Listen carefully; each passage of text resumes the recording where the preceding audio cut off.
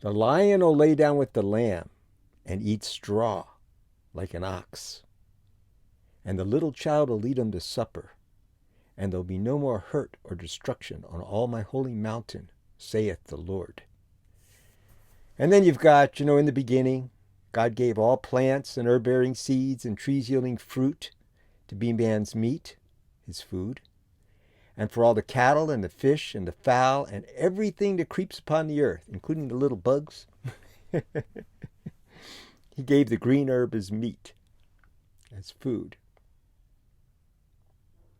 Now there's a vision, beginning and the end. As it was in the beginning, so shall it be in the end. Unless people have already seen this in themselves, there's a lot of contention about it as soon as you mention it to anybody. Oh, they got all kinds of excuses. I mean, the Jehovah's Witnesses, they believe in it some future time, though. Not to practice it right now. And yet our reality is what we believe in. That's where we dwell.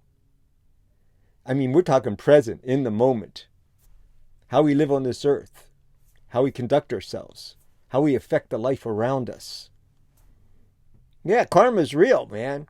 What goes around comes around. It's all real. And it's actually instantaneous. Because when we do things, when we've had the opportunity to know the truth and we turn away from it, there's a come around immediately inside. I mean, outside, everything could be rocking and rolling. Got lots of money, got everything you thought you wanted. But there's an emptiness guaranteed in there. It's just that people become so absorbed in the outer world's stuff, they become hardened to it. They don't feel that part of themselves.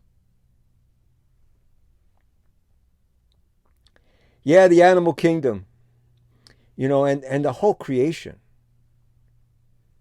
Because the way we relate to the animal kingdom has a lot to do with how we relate to one another and to our Father.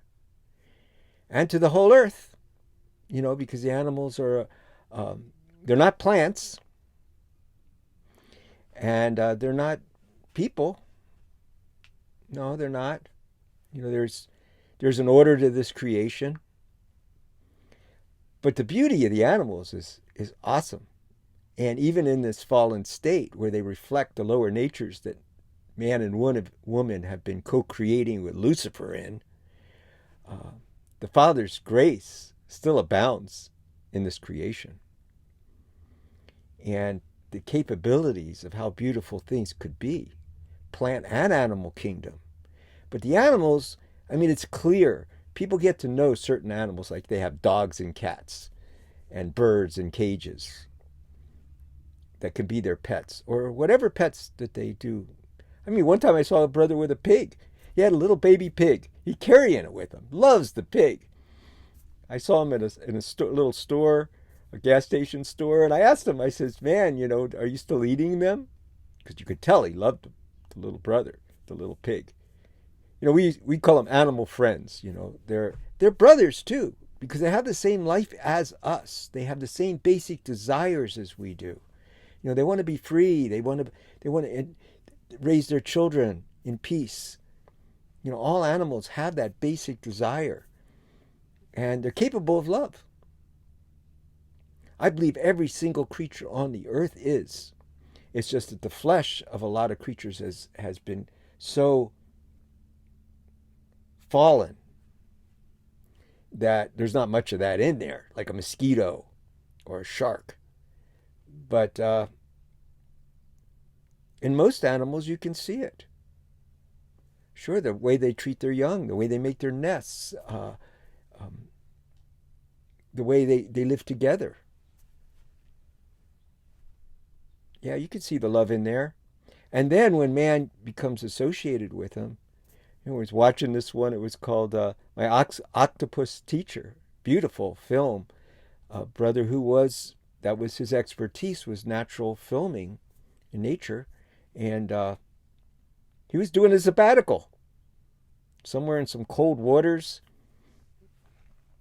and ended up, in his diving, met an octopus and shared intimate feelings with this octopus that totally astounded him. And this was a reoccurring experience because he's got a pretty long documentary on the event. Very beautiful. It's done very well. But the story itself is incredible beauty. Now here's an octopus with the kind of consciousness that can connect with a person underwater and actually experience sharing love and trust.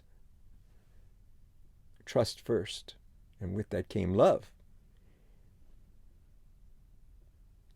Yeah, so, people have their dogs and cats or whatever other creatures that they connect with, and undeniable. Sometimes, a lot of people tell you that they experience more love with their animals than they do with people. Well, yeah, animals in a sense have a capability to give in a fullness that people lose in this world because to defend themselves, protect themselves. Yeah, the thing about animals that's clear is that, at least to me, what I see is that they're innocent. And their flesh can act with all kind of ways, but in spirit, they're innocent because the Father did not create them as co-creators with him in this creation. But he did do that with man and woman. So we're responsible for the way we steward this creation. And there's a come around, has been for thousands of years. The curse of the time of Noah when the Father said, oh yeah, now you can go eat the animals. That was a curse. That was not a blessing. He said right out front, now there's going to be enmity, war between you and the animals. Which is evident. Everything's so out of order. Well, for things to come back in order is within ourselves. And when you start really opening up your heart, look, the love you can feel with your dog or your cat, that love is available in all the creatures that people eat. And it is a big come around that there's billions of animals being raised for slaughter and exploitation. Huge come around that people don't want to take responsibility for. They ask, why is this happening and why is that happening? When it seems like I'm not doing anything but good. Well, according to your own understanding. And just a real simple out front thing are these slaughterhouses. The prophet Isaiah, he's known for the quote that I gave of the lion laying down with the lamb, and he's also relating in the temple that the Father is sick of the sacrifices. That what he wants is love, for us to love him and love one another. Yeah, and if you're loving the Father and you start being filled with his love, you don't want to hurt anything if you don't have to, because you feel the living creatures. You don't cut that feeling off. Well, you have to do that. Look, person to person, there's no way I could love you as a person and be raising you up so I could kill you and eat you. It don't fly. You wouldn't be able to feel me in a fullness if that's where you were coming from. You'd cut yourself off from me. You'd have to. There's no way those two things can occupy the same space. So, the cows and the chickens and the pigs and the rabbits and the birds of all kinds, see, that connection that we can have with them is cut off in degrees. Yeah, and the coming around from all the slaughter is war on every level. You got war with your mosquitoes and animals, the way they treat each other and everything being out of balance. And then you have the nature being empowered in you. And disease also. Dis-ease. Things being not at ease. Well, yeah, you got a slaughterhouse. What do you think that's full with? Love and joy? Come on, man. That's silly as all get out. Even if you have the family chickens and your farm and your cows and you slaughter them yourself or your pigs, it's not a joyful event. Not in the heart. Now, people get used to it. You get that part hardened. And yeah, like a lot of things, it could be turned around to where you think it's really a cool happening. But not in the heart. No, not going to happen. You cut off love. Now, there's times in this world that, yeah, I experience it here, where I put out poison for the mice and the rats, and I didn't want to do that.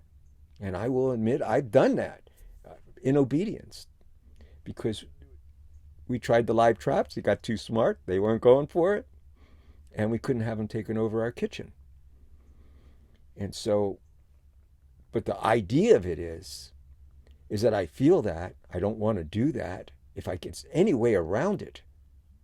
See, and that's in relationship to this whole creation and one another. To walk as peaceful as you can.